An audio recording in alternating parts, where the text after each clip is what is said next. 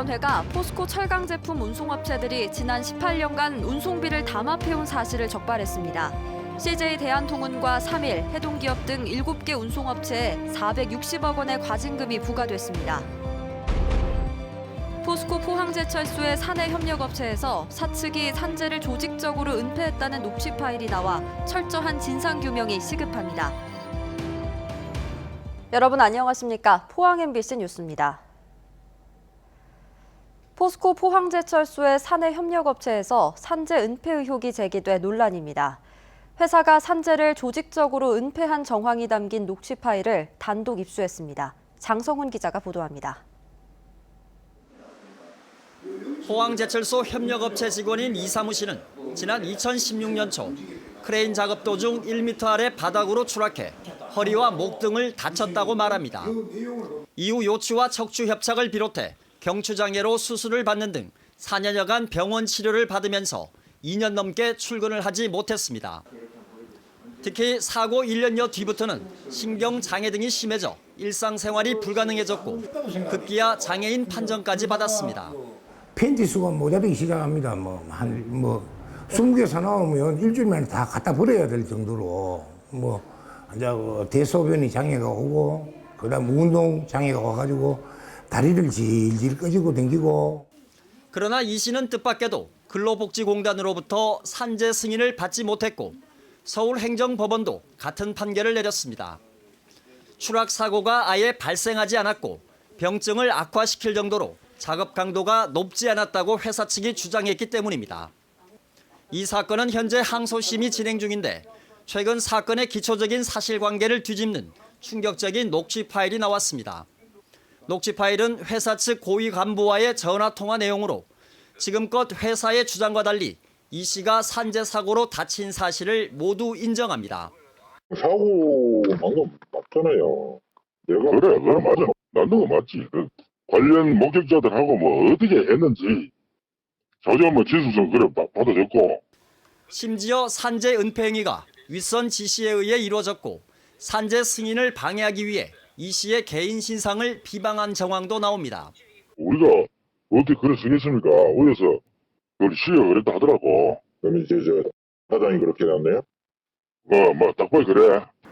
이 씨는 산재 불승인 과정에서 근로복지공단이 자신의 진단 병명을 잘못 기재해 판단 오류를 야기하고 사실과 다른 회사 측의 진술을 확인 절차 없이 받아들였다고 주장했습니다.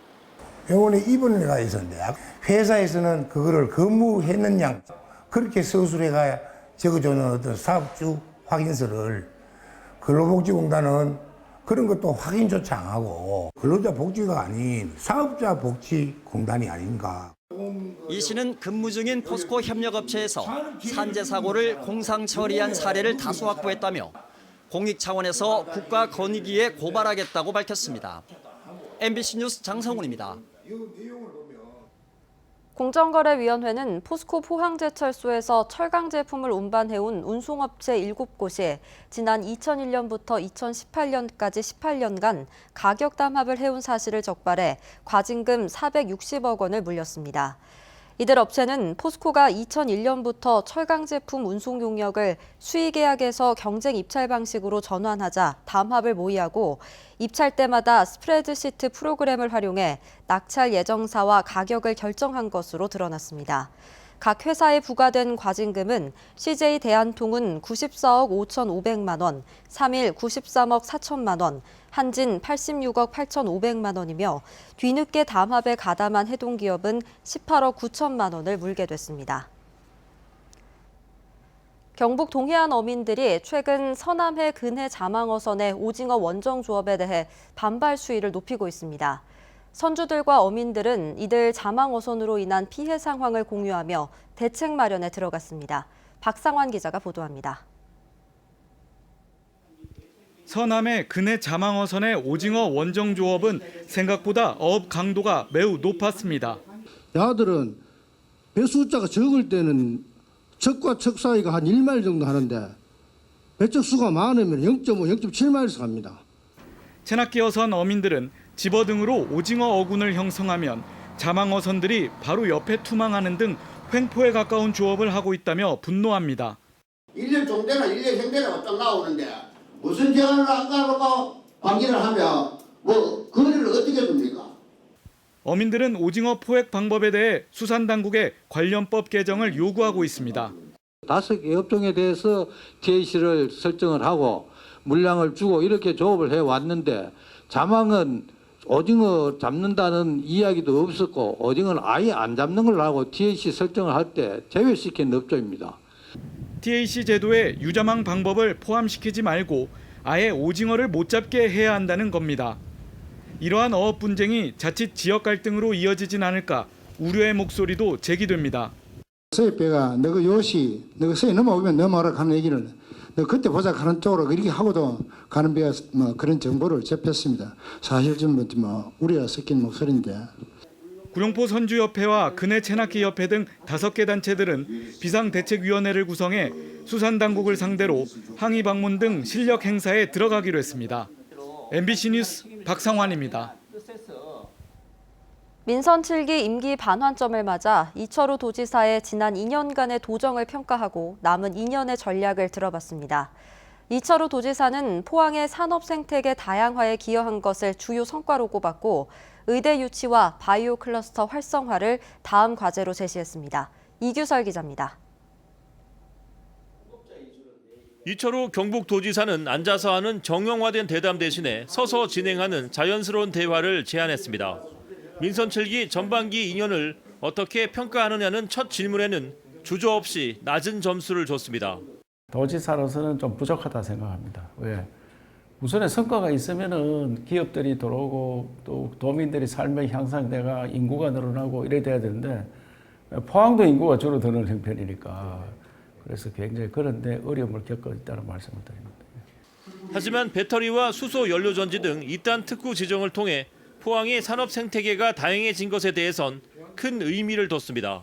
이제 철강 이주에서 그 4차 산업혁명 반도체와 비슷한 배터리 산업, 그다음에 수소 연료 전지, 그다음에 바이오 산업 이렇게 산업으로 다각화된다 하는 것이 매우 중요하고 특히 한미약품의 포항 투자 약속은 동해안이 재도약할 수 있는 신호탄이 될 것이라며 매우 높게 평가했습니다. 비록 현재는 3천억 정도 투자한다 하는데 다른 기업들도 오리라고 생각합니다.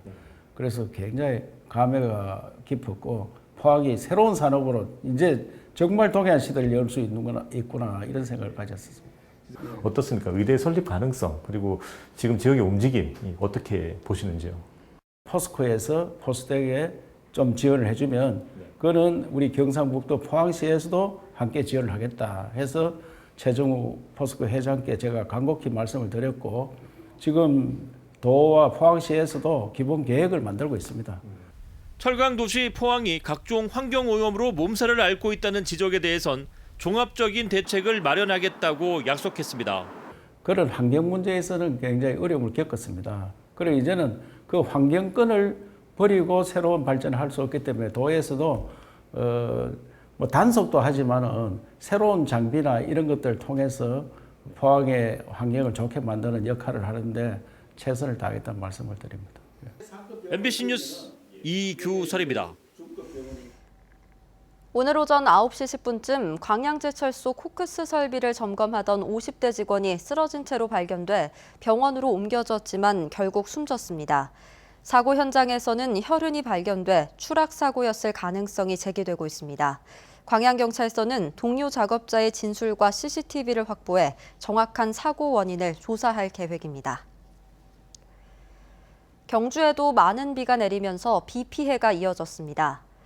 오늘 오전 7시 50분쯤 경주시 외동읍 모하리에서 25인승 버스가 침수됐지만 인명피해는 없었고 유림지하로와 금장우회로 서천둔치가 일부 침수돼 차량 통행이 제한됐습니다.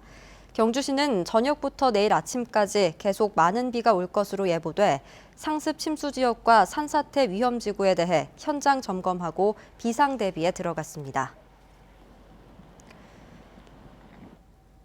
포항과 경주에 내려졌던 호우주의보는 해제됐지만 여전히 많은 양의 비가 내리고 있습니다. 이번 비는 내일 오후에는 대부분 그치겠습니다. 조주경 기상캐스터입니다. 종일 장맛비가 이어지고 있습니다. 다만 포항과 경주에 내려졌던 호우주의보는 해제되면서 비의 양은 더 줄겠습니다. 약해진 비구름대가 정체한 데다 경북 동해안 지방에는 동풍의 영향으로 오늘 밤까지 비가 오다가 내일 새벽에는 소강 상태를 보이겠습니다. 그리고 아침부터 오후 사이에 가끔 비가 내리겠습니다.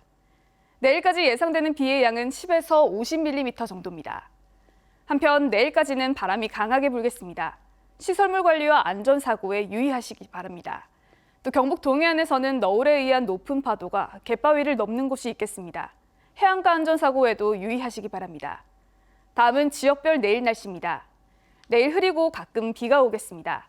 아침 기온은 18도에서 19도로 예상되고요. 낮 최고 기온은 21도에서 22도입니다.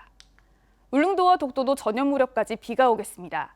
아침 기온은 울릉 18도, 독도 20도, 낮 최고 기온은 울릉 19도, 독도 21도입니다. 동해 남부 먼바다에는 풍랑주의보가 발효된 가운데 바람이 강하게 불겠습니다. 물결은 동해 전해상에서 최고 4m까지 높게 일겠습니다. 내일 오후 무렵에 비는 그치겠고 수요일부터 다시 맑은 날이 이어지겠습니다. 그리고 일요일 다시 장맛비 소식이 있습니다. 날씨였습니다. 경주시는 오늘 지역 주민 등이 참여한 가운데 안강읍 산대리에 조성한 북경주 체육문화센터 준공식을 개최했습니다. 북경주 체육문화센터는 국비와 시비 등 100억 원이 투입됐고 지하 1층, 지상 2층 규모로 수영장과 체력 단련실, 다목적 강좌실 등을 갖추고 있습니다. 한편 경주시는 낡고 오래된 안강 종합운동장의 인조 잔디와 트랙을 교체했고 관람석 등의 시설도 정비했습니다. 영양군이 입국을 추진해온 베트남 계절 근로자 300여 명이 울진 백암온천 숙박업소에서 2주 동안 자가격리될 예정입니다. 울진군에 따르면 이들은 이달 하순쯤 백암온천 호텔 3곳에 분산돼 영양군 공무원들의 관리 아래 1인 1실로 자가격리될 예정입니다.